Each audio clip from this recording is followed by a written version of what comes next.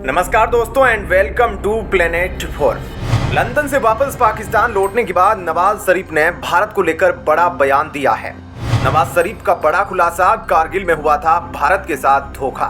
प्रधानमंत्री मोदी का नाम लेकर नवाज शरीफ ने कौन सी बड़ी बात कह दी।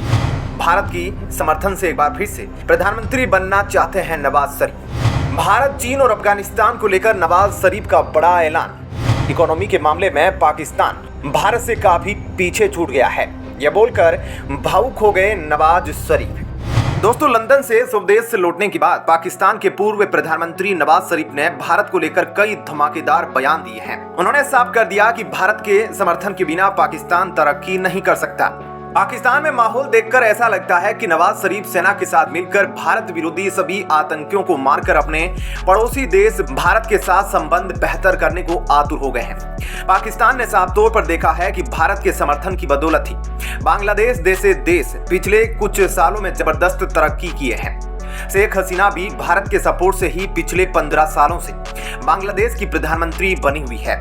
नवाज शरीफ को यह भी पता है कि तालिबान बेहद तेजी से उनके देश पाकिस्तान पर शासन और कंट्रोल किया जा रहा है। ऐसे में अब उन्हें लगने लगा है कि तुरंत भारत के साथ समझौता करके तालिबानी आतंकवादियों को रोकने का भरपूर प्रयास करना चाहिए। नवाज शरीफ अच्छे से जानते हैं कि भारत की इकोनॉमी $4 ट्रिलियन के विशालकाय मार्क को जल्द छूने वाली है, इसलिए वह हर हाल में भारत के साथ संबंध बेहतर करना चाहते हैं। उन्होंने कारगिल युद्ध को लेकर भी कई तरह से चौंकाने वाले खुलासे किए हैं।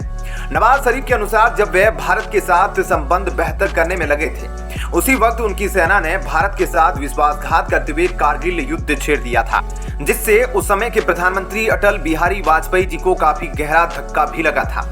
उन्होंने कहा कि कारगिल योजना का विरोध करने को लेकर जनरल परवेज मुशर्रफ ने 1999 में उन्हें सरकार से हटा दिया था। जी हाँ दोस्तों, आप सभी अच्छे से जानते हैं कि जब कभी भी पाकिस्तान का प्रधानमंत्री सेना की बात नहीं मानता तो उसे कई बार चीन और अमेरिका के इशारे पर जबरन पद से हटा दिया जाता है। नवाज शरीफ ने भारत समेत अन्य पड़ोसी देशों के साथ अच्छे संबंधों के महत्व पर भी प्रकाश डाला है। शरीफ 3 बार प्रधानमंत्री रह चुके हैं। उन्होंने सवाल किया कि समय से पहले उन्हें प्रधानमंत्री के पद से क्यों हटाया गया। उन्होंने संकेत दिए कि अगर वे प्रधानमंत्री होते तो आज पाकिस्तान का इतना बुरा हाल नहीं होता, इसलिए उन्हें फिर से प्रधानमंत्री चुना जाए। इसके अलावा उन्होंने पीएम मोदी और दिवंगत प्रधानमंत्री अटल बिहारी वाजपेयी के पाकिस्तान आने का जिक्र किया। शरीफ ने कहा, मुझे बताया जाना चाहिए कि मुझे 1993 और 1999 में क्यों अपदस्थ किया गया था, जब मैंने कारगिल योजना का यह कहते हुए विरोध किया था कि यह नहीं होना चाहिए। मुझे जनरल परवेज मुशर्रफ ने अपदस्थ कर दिया था और बाद में मैंने जो कुछ कहा था वह सही साबित हुआ।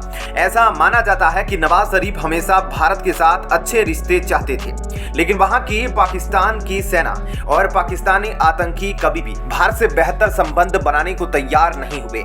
लेकिन अब जिस प्रकार से पाकिस्तान में भारत विरोधी आतंकवादियों की लगातार मौतें हो रही हैं, उससे यह साफ हो जाता है कि भारत ने अपने सभी टॉप मोस्ट वांटेड का हिट लिस्ट पाकिस्तान को थमा दिया है, जिसे वे एक एक करके टपकते जा रहे हैं। इस पूरे प्रकरण में निश्चित तौर पर पाकिस्तानी सेना और उसकी खुफिया एजेंसी ISI भारत का साथ दे रही होगी, तभी यह पूरी प्रक्रिया इतनी आसानी से अंजाम तक पहुंचाई जा रही है। शरीफ आगामी चुनावों के लिए अपनी पार्टी के टिकट के आकांक्षियों से बातचीत करने वे लाहौर आए थे, तभी उन्होंने भारत और प्रधानमंत्री मोदी को लेकर कई बड़े खुलासे किए।